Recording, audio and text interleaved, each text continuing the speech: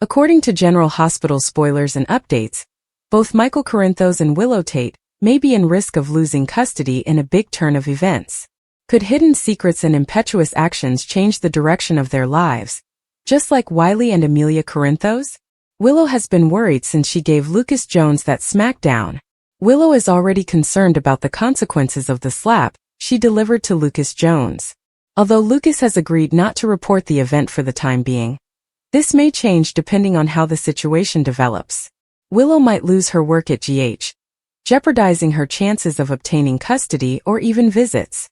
She does not want to endanger her financial stability and security as a result of physical assault. In addition, Dante Falconeri has agreed to study traffic camera footage from the Courtroom estate on July 4th. If camera footage shows Willow driving towards the Q mansion, it's over. If they can prove Willow was in her vehicle near the Q mansion, it will enhance the case that she was following Daisy Gilmore. This might be another major setback for Willow, but she isn't the only one taking hazardous steps that could backfire. Michael just struck Drew Kane in front of multiple witnesses at Metro Court. Thus Drew might now file assault charges. Drew has already gone to Sonny's apartment to take advantage of the situation, so he is moving rapidly.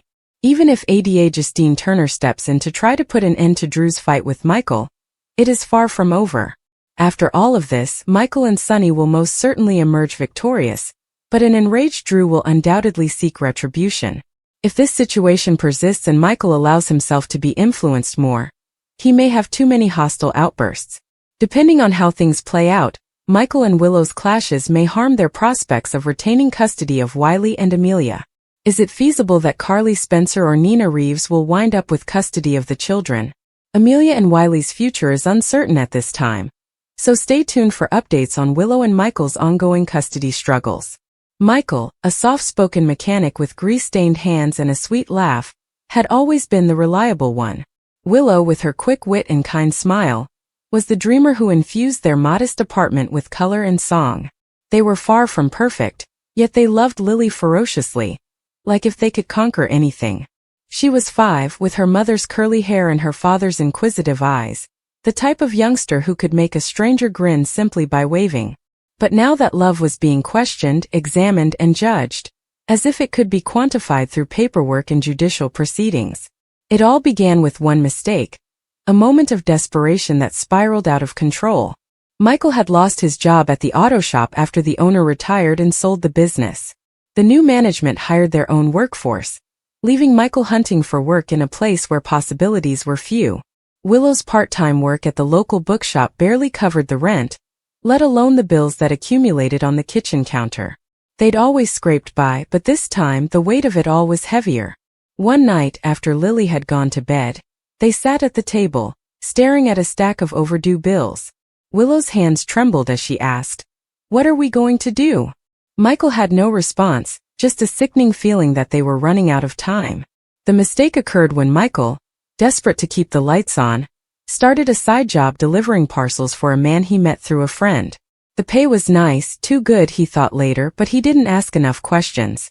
He had no idea the packages included anything unlawful, but ignorance was no excuse when the cops showed up at their house. A routine traffic check had morphed into a search, and the contents of one package were sufficient to place Michael in handcuffs. It was a tiny quantity, not enough to suggest he was a kingpin, but enough to get the police attention. The accusations were withdrawn following a month-long legal struggle, but the harm had been done. Child Protective Services became aware of the arrest. Willow was at work when the social worker came on their house. Michael was at home with Lily, helping her color a rainbow picture, when the sudden rap surprised them both. The woman at the door was polite but stern, holding her clipboard as a buffer between them. She inquired about their home, finances, and parenting. Michael responded as best he could, but each phrase felt like a trap. Willow felt a chilly dread settle in her stomach as she returned home and realized what had transpired. They were terrific parents, weren't they? They read to Lily every night, ensured she ate her veggies, and kissed her scratched knees. However, the social worker's report depicted a different picture. A home on the verge of poverty, a father recently arrested, and a mother who worked irregular hours. The report described the situation as unstable, potentially hazardous. The initial hearing was a haze. Michael and Willow sat in court, listening as their lives were reduced to a list of bullet points on a legal paper. The state's attorney contended that Lily deserved better, a stable household devoid of the specter of criminal involvement. Michael wanted to shout that he wasn't a criminal and that he'd made a mistake out of love for his family, but his lawyer, a tired man in a shoddy suit, told him to keep quiet. Willow gripped a Kleenex, her gaze locked on the floor, while the lawyer described her parenting as overwhelmed and inconsistent. It wasn't true, yet the words wounded anyway. Lily was residing with Willow's sister Sarah as the case progressed. Sarah was sweet, but her flat was small, and she had 2 children of her own. Every night, Lily asked for her parents on the phone, her voice shaking. "When can I get home?" she'd remark, and Willow would swallow back tears, vowing that it would happen soon. However, as the hearings progressed, the pledge became increasingly untenable. The state's case became stronger with each visit from the social worker, who seemed to discover new flaws. A leaking faucet, a partially stocked fridge, a missed doctor's appointment from 2 years prior. Michael and Willow attempted to repair everything, but it was never enough. The system didn't want effort, it wanted perfection, and they were far from it. Michael got work again, a night shift in a warehouse, but the hours were long and the compensation was insufficient to keep them afloat. Willow took on extra shifts at the bookshop, which left her fatigued and irritable. They hardly saw one another, and their talks were limited to quick exchanges about bills and court dates. The strain was pulling at the seams of their marriage, but they clung to each other, knowing that losing Lily would destroy them utterly. They hired a new lawyer, Clara, who believed in their case, but her costs depleted their finances, leaving them without anything to fall back on. Clara represented their only hope. She was bright, sympathetic, and not hesitant to question the state's narrative. She claimed that Michael's arrest was a one-time error, that the charges had been dropped, and that he was a dedicated father. She called in character witnesses, neighbors, co-workers, and even Lily's preschool teacher, to testify to the love and care they provided their daughter. But the state's counsel was unyielding, portraying Michael as a danger and Willow as careless. She pointed out the late bills, the cluttered flat, and the tension in their voices. "This is not a safe environment for a child," she continued, her voice soft but sharp. Michael felt the words as a knife, twisting deeper with each syllable. The nights were the most difficult. Michael would lie awake, staring at the ceiling, repeating each decision that had brought them here. If he hadn't taken that job, if he'd asked more questions or saved more money, none of this would have occurred. Willow would curl up beside him, quiet but restless, her mind racing with similar ideas.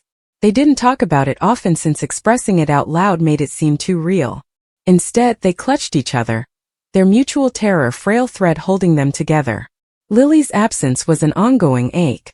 Her toys sat unused in the corner of the living room, and her beloved stuffed bunny lay limp on the bed. Willow would sometimes hold it, breathe in the faint aroma of her daughter's shampoo, and cry until she had no more tears. Michael would find her there, and they would sit there in quiet, the weight of their grief too great to express. They tried to be strong for Lily and make her life as normal as possible during her visits, but each departure was a new wound. Lily would cling to them, her small arms wrapped around their necks, yearning to stay. "I'll be good," she'd remark, as if she'd done something wrong. Willow was heartbroken every time she heard those words. The final hearing was scheduled for a frigid November morning. The courtroom was full, not with spectators, but with paperwork and files stacked high on the tables, each one revealing a bit of their lives. Clara had prepared them for the worst, saying that the judge could rule against them. "We've done everything we can," she responded, her voice steady but her gaze gentle. "Now we wait." Michael and Willow waited through hours of arguing, their hands still intertwined and their emotions racing. The state's lawyer presented her final argument, her comments crisp and unrelenting. Clara responded with emotion, raising her voice as she explained the love that distinguished Michael and Willow's family. "They are not flawless," she admitted, "but perfection is not the standard. Love is. And this family has a plenty of that." The judge, an older man with a lined face, listened silently. When he finally spoke, his tone was measured and even compassionate. He accepted Michael's error, their financial problems, and the flaws in their home. He also took note of the testimony of individuals who knew them, which demonstrated their love to Lily. "This is a difficult case," he remarked, his gaze catching theirs for a minute. "The court's first priority is the child's well-being, but removing a child from a loving home is not a decision to be taken lightly." He stopped and Michael felt the world hold its breath. The decision came like a thunderclap. The state would be granted temporary custody of Michael and Willow, with supervised visitation. The judge emphasized the necessity for stability and a time of evaluation to assure Lily's safety. It wasn't permanent, he said, but it felt like a death sentence. Willow's sob cut the silence, a raw guttural sound that echoed throughout the room. Michael drew her closer, his own tears pouring quietly, as Clara muttered reassurance they couldn't hear. The state's lawyer grabbed her files, her countenance inscrutable, while the social worker stood ready to accompany them outside. The days after were a whirl of anguish. Lily was placed in a foster home, a clean and organized home with a friendly but unfamiliar couple. Michael and Willow were allowed to see her once a week, under the supervision of a caseworker. Lily was quieter now, her smiles fewer, and her queries tougher. "Why can't I get home?" she'd ask, and they'd try to respond, their voices breaking. They brought her favorite snacks, her pet bunny, anything to make her feel loved, but it was never enough. The foster parents were kind, but they were not her parents. The house was cozy, but it wasn't home. Michael threw himself into work, working every overtime shift he could in order to build a nest fund to demonstrate their financial security. Willow began taking parenting classes not because she needed them, but because the court ordered it. They repaired the faulty faucet, replenished the refrigerator, and paid the past due bills. They did everything the system required, but the process was slow, with a grinding bureaucracy that seemed determined to drag them down. Clara continued to battle, filing motions and accumulating additional information, but the system operated at its own pace, unconcerned about their suffering. As winter changed into spring, the controlled visits persisted. Lily's curls grew longer, and her eyes remained brilliant but tinted with a new wariness. She would tell them about school, the foster parents' dog, and the other children she had met. But she'd also ask when she could return home, and each time the question pierced deeper. Michael and Willow clung to hope, relying on Clara's assurances that they were making progress, but hope was a delicate thing that could be killed by a single court letter. Willow discovered an old photo of the three of them at the park, Lily laughing on a swing, Michael pushing her, and Willow taking the photograph, as they sat in their quiet apartment one evening. She brushed her finger over Lily's smile, her heart yearning from a love so intense that it pained. "We'll get her back," she said softly, more to herself than to Michael. He nodded, his jaw tightened, and drew her into his embrace. They had no idea if they'd win or if the system would ever accept them, but they knew they'd never give up. They would keep going for Lily, their family, and the love that kept them together, no matter how long it took. Outside, the rain continued to fall, this time quieter, a steady tap against the window. It was not the end yet, but it was a long, dark journey, and Michael and Willow walked it hand in hand, their hearts set on bringing their daughter home. Michael was the second person to discover out what Willow had been up to. Liesl Albrecht spotted Willow smirking and smiling when Nina Reeves expressed how sorry it was that Michael had lost newborn baby Daisy as a result of what had transpired. Then Michael began to do the arithmetic. He informed Dante Falconeri that he was thinking about Daisy and concerned about the milestones he is missing with his daughters. We all know how quickly babies grow and change. Daisy and Sasha Gilmore live a long distance apart. He can't see his daughter right now. Michael informed Dante that he had an idea who was doing the bizarre things to Daisy that pushed Sasha out of town. Dante was astonished to hear Michael mention that he believes Willow was gaslighting Sasha, most likely for retribution. Willow Tate lost their children. Michael studied the surveillance footage and found no evidence of Willow on any of the cameras. That explains why Michael hasn't called her out or confronted her. He does not have any proof yet. But that could change. Michael hopes he is incorrect. But all signs point to Willow more than anyone else. She knows the Courtroom estate inside and out, so she knows how to avoid the surveillance cameras, with the exception of the nanny cam bear who captured her and Drew Kane Courtroom executing the deed. One of her disadvantages is her ability to escape cameras. Willow the likely suspect. There's also the reality that what Daisy was subjected to was not as severe as what someone pursuing Sonny Corinthos might do. It felt petty and personal. Michael informed Dante. If it's true and Willow Tate did this, it could change everything. If Willow is this insane, Michael will never let her near Wiley Quartermain Corinthos or Amelia Grace Corinthos again. However, if Willow discovers Michael is stalking Daisy, she may take harsh measures. If Willow is afraid Michael will squash any hope of joint custody and ensure she never sees their children again, who knows what she will do? Willow could opt to pick up and implement Drew's plan for Michael. Drew instructed Portia Robinson to fabricate lab test results in order to make it appear that Michael had become an opiate addict as a result of the explosion. Painkiller addiction is rather prevalent following an injury. That is a deviously wonderful idea. As you may recall, Portia expressed her displeasure to Willow. Drew was blackmailing her and asked her to fake Michael's blood test. When Portia learned of Willow's involvement in the scam, she was taken aback. She says, "Well, Michael played dirty with me. Why can't I play dirty with him?" And it was sort of amusing to watch Portia's jaw drop when Willow said, "I can live with that." Willow may snap on General Hospital, so maybe she decides to do it herself if she finds out Michael is suspicious, and she risks losing permanent custody of the kids. Yeah, I could see Willow snapping and using her access as a nurse to falsify tests, take medication from the pharmacy, and even drug Michael to cause him to lose custody. And, as you recall, her access to the hospital is another reason Michael suspects she was the one meddling with Daisy. Because he is certain Willow was at General Hospital after Sasha was up there with Daisy, and she was in the right place in time. Willow could also come back to Drew and plead for his help if she believes her ex would take the kids away from her for good. Willow now sees Drew as a lying gaslighter and wants nothing to do with him. But Michael said, "Dump Drew. You can see the kids." General Hospital. Does Willow use Drew? And she did. And he won't allow her. So, if Willow believes she can use Drew to help her get her children back, I believe she will do so.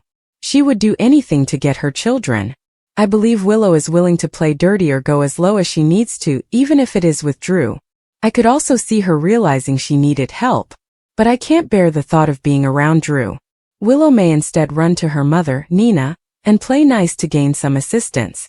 Willow may even invite Nina back into her life and promise to forgive her if she helps take down Michael and reunites her children. And like Willow, we know Nina will do everything for her child, and is yearning to be a part of Willow's, Wiley's, and Amelia's lives. So, if Willow begs for it, I believe Nina can help. And she might be willing to target Michael, and they might even recruit Aunt Liesel to help. Willow turns to Sidwell at General Hospital. Willow could also seek assistance from Jen Sidwell, who is Sonny's nemesis. This would be perfect. Because Sidwell knows everything about the payment given to the custody judge because he is the one who paid the bribe to Michael and Willow's judge. I was trying to figure out why Sidwell wanted the ruling to grant Michael sole custody and deny Willow visitation. The ruling was odd. Everyone has commented on it, and it was done so Sidwell could blame Sonny for the bribe. Because the verdict is skewed horribly towards Michael in an unprecedented fashion. And it sounds like something Sonny would do to pay off a judge. So it's pretty much a perfect frame job. So Sidwell might aid Willow, and I could imagine Sidwell stating he'll look into it and then sending the information to her lawyer Rick Lansing, who could then take the case to court to have the verdict overturned and Sonny jailed for bribery. Rick would love to do that. Sidwell may be fully committed to assisting Willow in reuniting the children, because it would be the ideal way for him to carry out the bribery scheme he devised. And especially after Sonny stole Sidwell's son, Marco Rios roughed him up before Lucas rescued him. Sidwell might be a great resource. Willow freaks out and kidnaps her children on GH? Finally, if Willow is truly concerned about losing Wiley and Amelia, she may take even more dramatic measures. Willow may empty Michael's bank account or steal a large sum of money from Nina, kidnap her children and then go. This would be Willow's last recourse if she believes she will never see her children again because Michael discovered she was fooling with Daisy and drove Sasha away. Willow might easily kidnap her children rather than be denied access to them. Of course, Sasha deserves to know that she has nothing to worry about. But let's be honest, Michael can keep a grudge. And if he finds evidence to use against Willow, I expect Michael to use it. Willow could then lash out in an insane and desperate way. So we'll have to watch and wait.